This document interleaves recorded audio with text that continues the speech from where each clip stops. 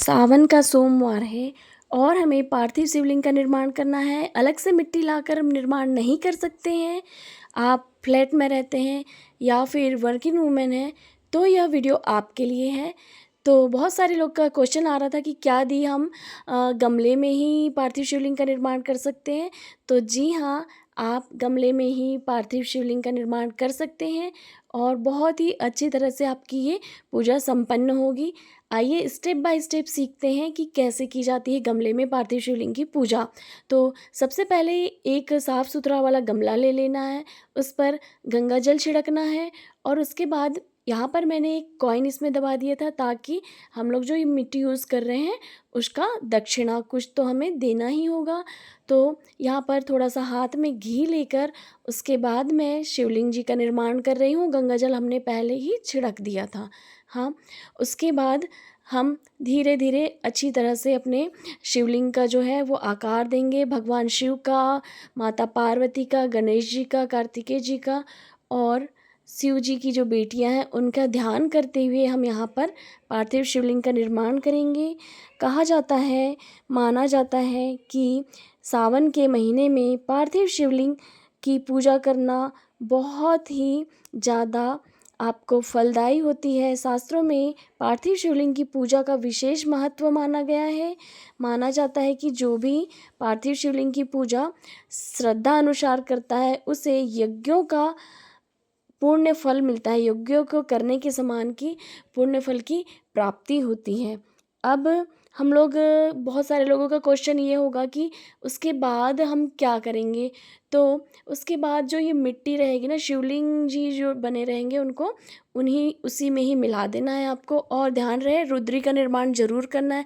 11, 21, 51 बहुत सारी जो रुद्री है उनका भी निर्माण किया जाता है।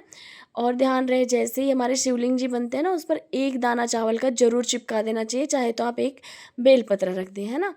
तो अब हम लोग यहाँ पर हमारे जो शिवलिंग है और रुद्री है वो बनकर तैयार है। अब हम यहाँ पूजा करते हैं तो किस तरह से करना चाहिए पूजन। और ध्यान रहे जो बेलपत्र आप यूज़ करेंगे उसमें कोई भी कटा नहीं होना चाहिए, साफ़ स्वच्छ होना चाहिए। बहुत सारे लोग एक गलती ये कर देते हैं ना कि बेलपत्र चढ़ाना है मतलब चढ़ाना है, लेकिन ऐसा नहीं। चाहे आप एक बेलपत्री चढ़ाएं, मंदिर में जा रहे हैं तो चाहे एक ही बेलपत्र आप वहीं का धोकर चढ़ाइए, लेकिन साफ़ सुथरा होना चाहिए।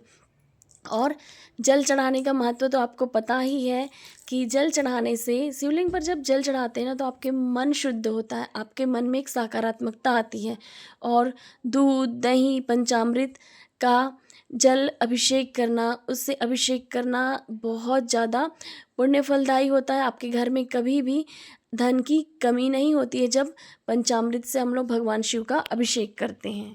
इसके बाद हम गणेश जी को, माता पार्वती को और शिव जी को टीका चंदन करेंगे और बहुत ही श्रद्धा से शांब सदाशिव शांब सदाशिव का जाप करते हुए अपना पूजन करेंगे। अशोक सुंदरी माता वाली जगह पर भी हम लोग टीका चंदन अवश्य करेंगे। और यथासंभव जितनी आपके पास सामग्री है आप कोशिश तो करिए कि आपके पास भभूत भी हो, धतूरा भी हो, आपके पास शमी पत्र अवश्य हो, बेलपत्र अवश्य हो।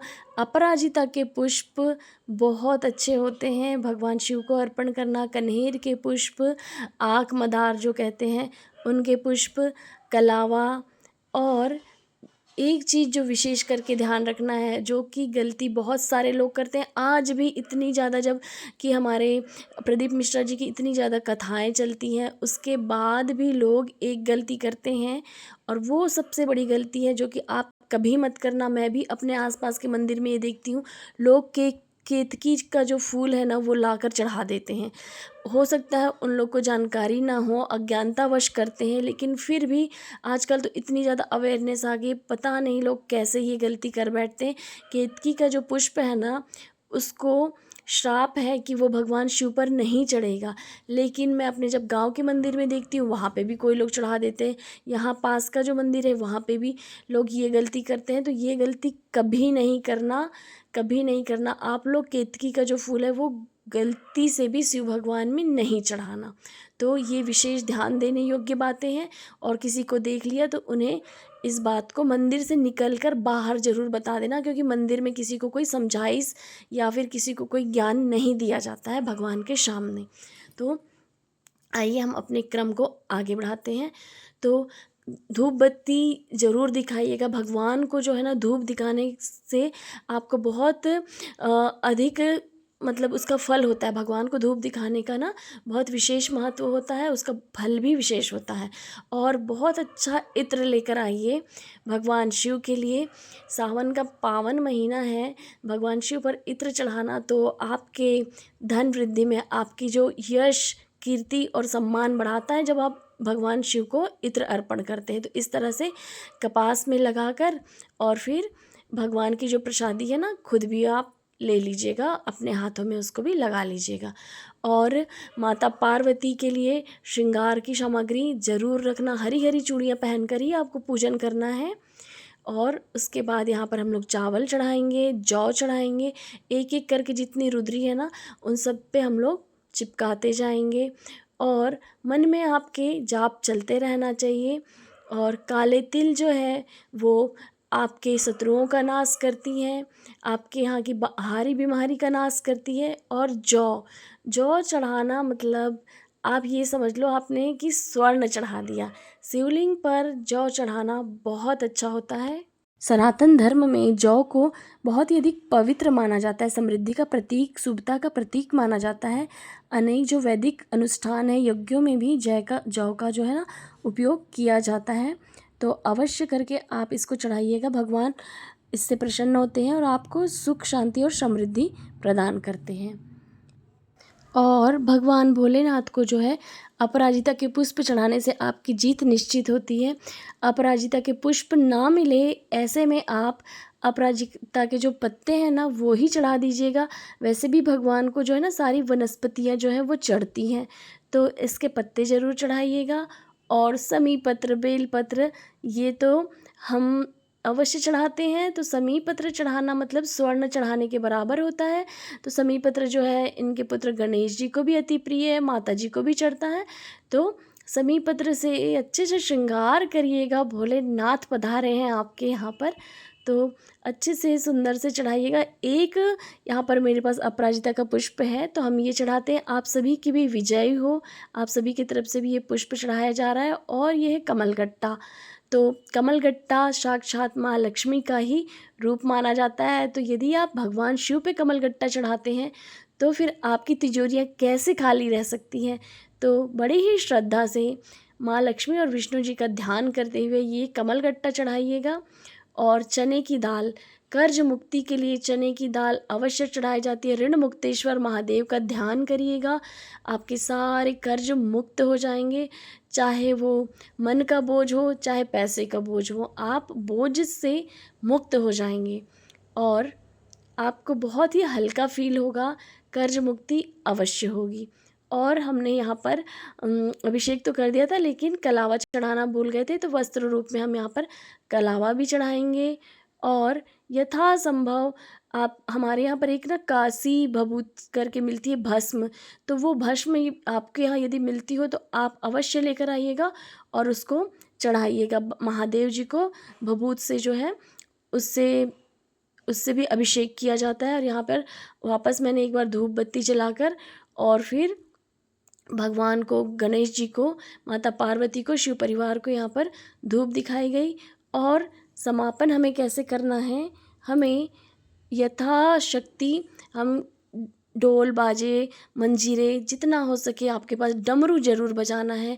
लेकिन अभी यहाँ पर मेरे जो डमरू रखा है वो नहीं मिल रहा था, तो घंटी और कपूर का दीपक जलाइएगा। कपूर का दीपक जो भगवान शिव की जो सासू माँ थी उन्होंने ये चीज़ आरंभ किया था। भगवान शिव को कपूर से उन्होंने पहले आरती की थी जब वो दूल्हा बन के आए थे और बहुत सारे उनके साथ उनके गण आए थे ना, सांप वगैरह वो सब थे, तो वो कपूर से भाग जाते हैं, तो उन्होंने कपूर से आरती की थी। तो यहाँ पर हम भी कपूर से कर लेंगे।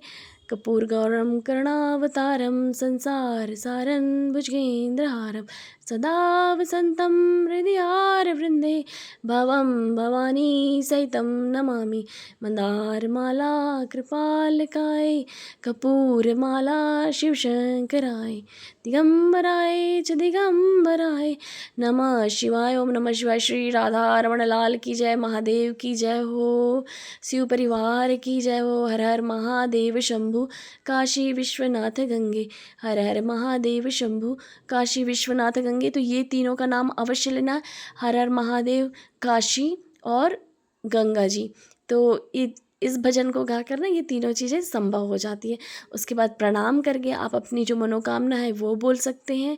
और हमें कोई भी आरती हो, कोई भी पूजा हो ना, बिना दक्षिणा के वो कंप्लीट नहीं होती है। दक्षिणा और भोग अवश्य होना चाहिए। तो जो भी गलतियाँ होती है ना, उसको दक्षिणा ज़रूर हम लोग को रखना चाहिए, ताकि जो भी गलती हो वो भगवान हमें क्षमा करे। तो हर एक पूजा में ध्यान रखिए, आप चाहे 10 रखिए, 5 रखिए, 20 रखिए, कितना भी रखिए, लेकिन दक्षिणा ज़रूर होना चाहिए। बाद में ये जो दक्षिणा है आप किसी कन्या को दे सकते हैं, पंडित को दे सकते हैं, मंदिर में जाके दान पेटी में डाल सकते हैं, लेकिन ऐसा ज़रूर करना है, दक्षिणा आपको ज़रूर रखना है। उसके बाद आप ऋतुफल या फिर मिश्री, मेवा, जो भी आप रखना चाहें, आप अपने हिसाब से यहाँ पर भोग अवश्य रखिएगा महादेव जी के लिए। तो हमने यहाँ पर मिश्री का भोग लगाया है और भगवान शिव को प्रार्थना करना है कि हे प्रभु, हे भोलेनाथ, हमारे संपूर्ण परिवार को सुखी रखे, अपने छत्र छाया में हमें हमेशा रखना प्रभु, हमेशा हम पर कृपा बरसाए रखना। और माता रानी के लिए कुछ श्रृंगार, हरी हरी चूड़ियाँ अवश्य यहाँ पर मैंने लाई हैं। और हरी चूड़ियाँ आपको पूरे सावन भर पहनना भी है, माता को भी चढ़ाना है, सखियों को भी बांटना है। और यदि आपको ये जानकारी अच्छी लगी हो तो सब्सक्राइब ज़रूर करिए, अपनी सनातनी बहन को सपोर्ट ज़रूर करिए, शेयर ज़रूर करना। राधे राधे, जय श्री कृष्ण।